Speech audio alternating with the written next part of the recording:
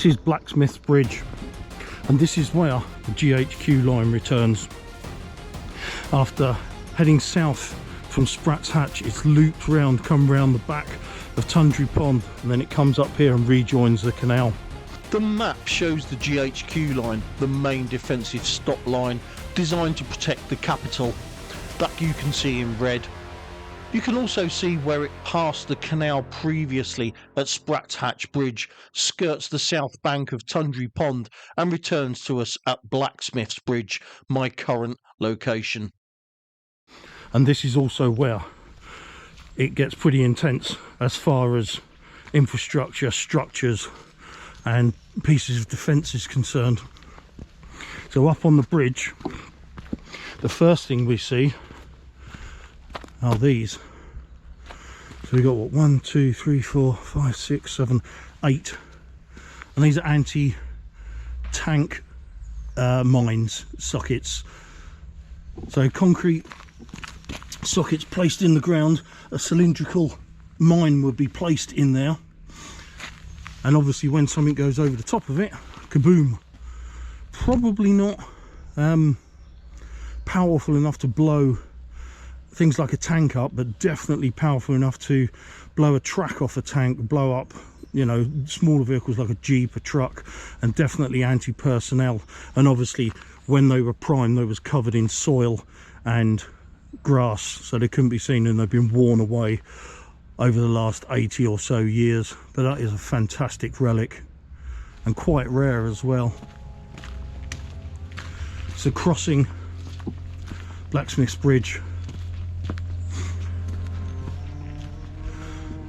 Now down this side, so on the eastern side of the bridge, we see some concrete cylinders down there. Now they are anti-tank obstacles, anti-tank devices. Obviously, I don't know whether they would be explosive or what, but we can have a closer look down here because we've got a load of them. And between Blacksmith's Bridge and anti-tank obstacles, we've got these 3 wooden posts. So one there, one there, one there.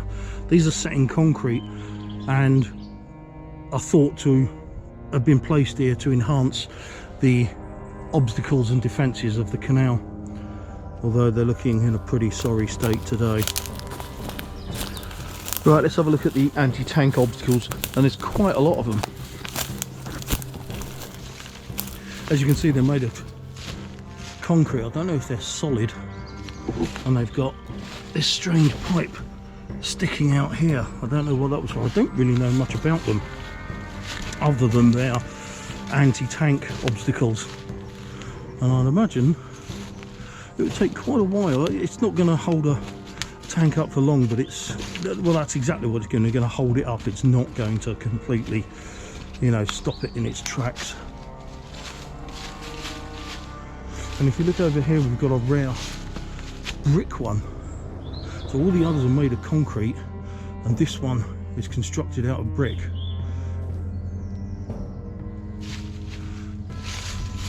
And they go in a line all the way to the edge of the canal. So let's not fall in the canal. So we come to the edge of the fence, we've got this one here.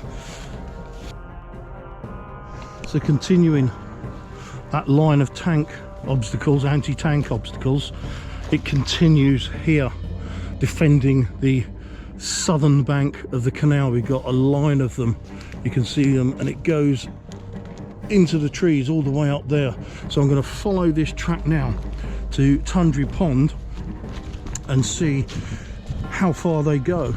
I'm assuming they go all the way to the edge of the pond, because obviously the pond itself would be a natural obstacle for any invasion, unless of course you're in a boat.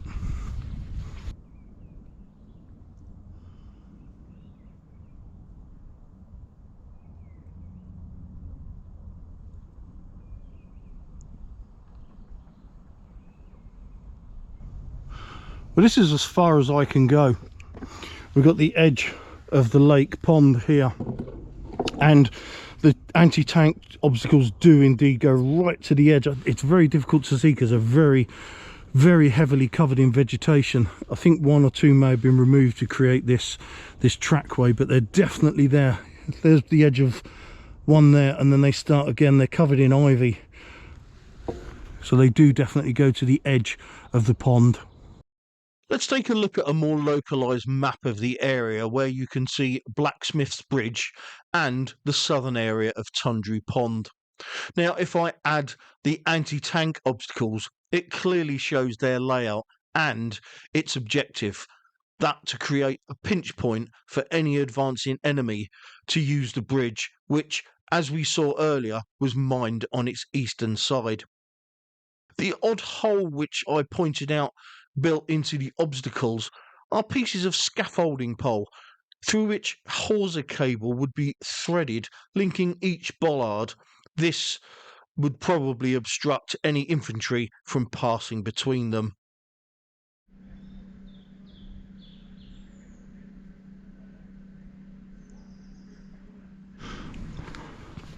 So heading east now, away from Blacksmith's Bridge, on towards Crookham, I think the next port of call would be. Now look in front of us, we've got a big hole in the ground, and this is where a large wooden stake would have been inserted into the ground, and obviously concrete's been poured around it to keep it in place. Well, I think there's a bit of work going on the canal at the moment. Looks like they're shoring up the edge of the canal on the towpath to stop it subsiding. And I noticed that they've probably cleared the vegetation away so as they can get this fencing in, and it's uncovered these more concrete bases. These ones are not in the middle of the towpath but on the edge, and you can see that one where the wooden stake would have gone in, and there's a whole line of them. A lot of them are pretty decayed, a lot of them in pieces. Look, I mean, you can see a bit of concrete there. There's a dip there, a dip there. You can see there where the posts would have gone in, but there's lots of them, and that's a good example there. That's about the best one. I hope they're not lost when this is done. I hope they're incorporated, but if they are lost, at least I've managed to capture them. Now look at this. This is just Gloopville. Oh dear, what fun. Now the path deviates left or right. Oh, I think it's just been made up. Now look at this. Right in the middle of the right hand fork, we've got some more concrete. And look at this one. That's enormous compared to the others. Look at that. That's almost a tree. We're coming up to Double Bridge now, and in the towpath you can see some more of these concrete bases which would have held stakes sticking up. And we've got quite a few here now. And then on the southern bank we've got another group of anti-tank obstacles. How many we got? See, 1, 2, 3, 4, 5, I think, maybe 6. Yes, there's 6. There's one hidden behind. Now I don't know if they were built to edge towards the canal or whether they subsided. And if you look, that one's not a cylinder, it's square. And then in the towpath we've got some more concrete bases for the stakes sticking up. Take a look at this photo dated 1946 of Double Bridge, the one that I'm currently approaching. Despite its grainy appearance, you can clearly see the stakes sticking vertically out of the towpath just to the left of the bridge. A quick return to the map, and just to highlight our location relative to the canal. Now Double Bridge can be found here with the anti-tank obstacles and the wooden stake bases between here and Blacksmith's Bridge shown along the route.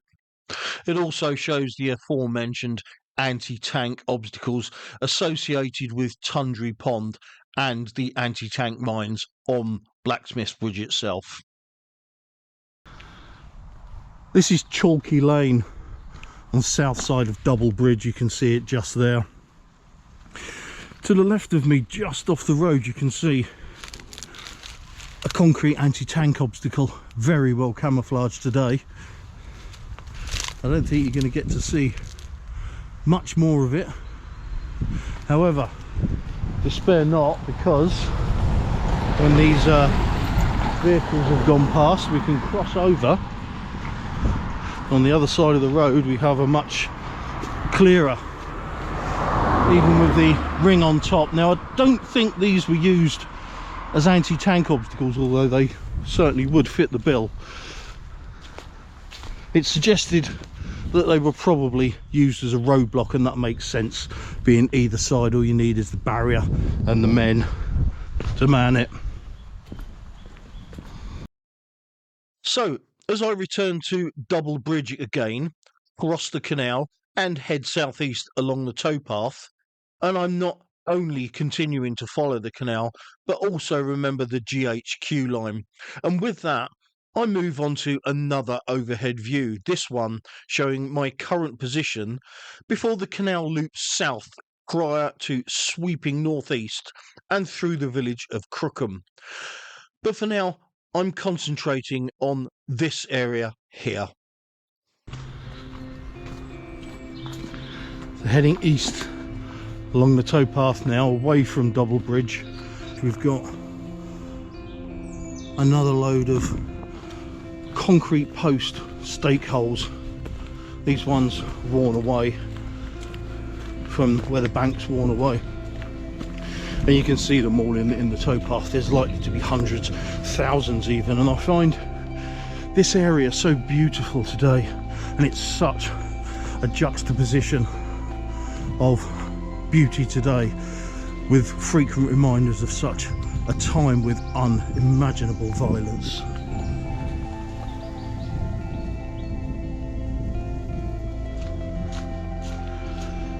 So if you look ahead of us, where these electricity boxes are, we've got a bit of a pinch point in the canal. You've got a brick base. I don't think this was a bridge.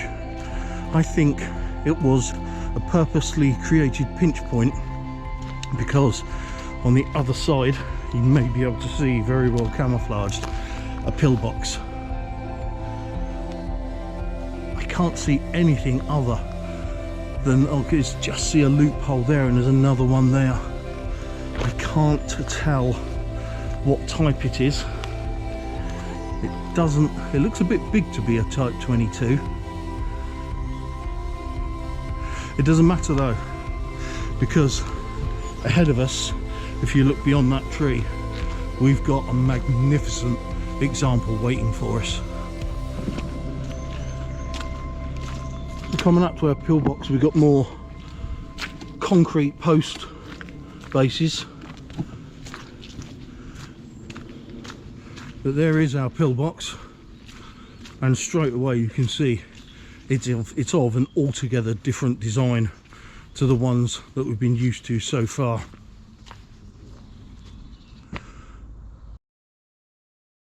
Now this is indeed a different design, known as the Type 24. This particular example is of the shell-proof variety. A kind of hexagonal shape with one side, the entrance, flattened, and they normally consist of 5 outer loopholes with the entrance flanked by 2 more. And as with the Type 22, they were designed to provide machine gun and rifle fire. So let's have a look. We've got our loophole here facing west. Unfortunately, looking out that today, you'll see that tree, which clearly would not have been here in 1940. We've got another one facing sort of southwest. We've got one here southeast, and then this one which would have covered the field of fire looking east. Once again, we got a tree blocking our field of fire. Looking around the back, and we've got one now looking out into the woods.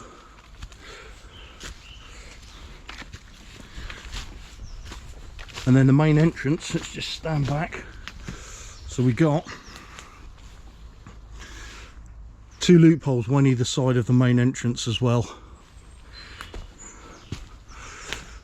Looking a bit crumbly on that side, but we can still see the camouflage netting rings. Should we go inside? So, of the usual brick and concrete construction, the first thing you notice is we've got this side a concrete blast wall, whereas remember the Type 22s had a brick wall squeezed through. So we can see the loophole there guarding the entrance. And this is the one facing east. You can just about see the canal maybe. So this one, there's no recess there, but there's a recess there. I wonder what that was for. Was it for ammunition? Was it to mount a Bren gun or something? Now, here's our blast wall again. And we've got brick this side, so we've got a mix of brick and concrete.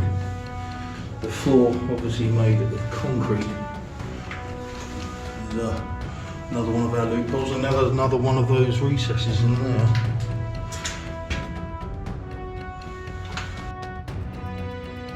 So 6-sided the Type 24s, hexagonal in shape. And then we come back out to our entrance. There's the loophole there with a piece of the shutter on it. I think they're made of asbestos, so we're not going to go close to that.